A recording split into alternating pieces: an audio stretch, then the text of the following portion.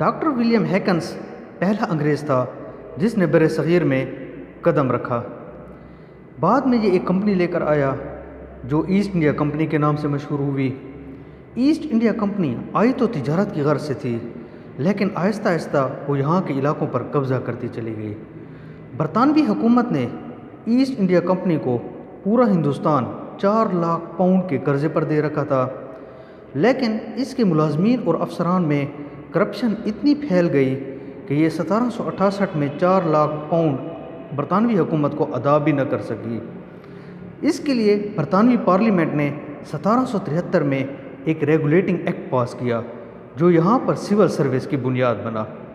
1857 کی جنگ آزادی کے بعد برطانوی حکومت نے یہاں کے ملازمین کو مشہور ہربلے کالج بلا لیا۔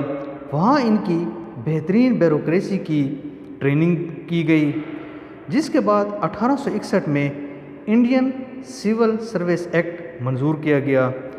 یہی Indian civil service act ICS کے نام سے مشہور ہوا، لیکن جب پاکستان بنا تو پاکستان بننے کے بعد یہی ICS اس سے I کو ہٹا کر پاکستان کا P لگا دیا گیا اور اس کو CSP بنا دیا گیا۔ اب جو آفیسرز یہ ایگزام پاس کر کے آتے ہیں وہ CSP آفیسر کہلاتے ہیں۔ یہ CSS ہے کیا اور اس کے مضامین کیا ہیں اور کیسے آپ رکھ سکتے ہیں، یہ آپ اگلی ویڈیو میں ملاحظہ کیجئے گا۔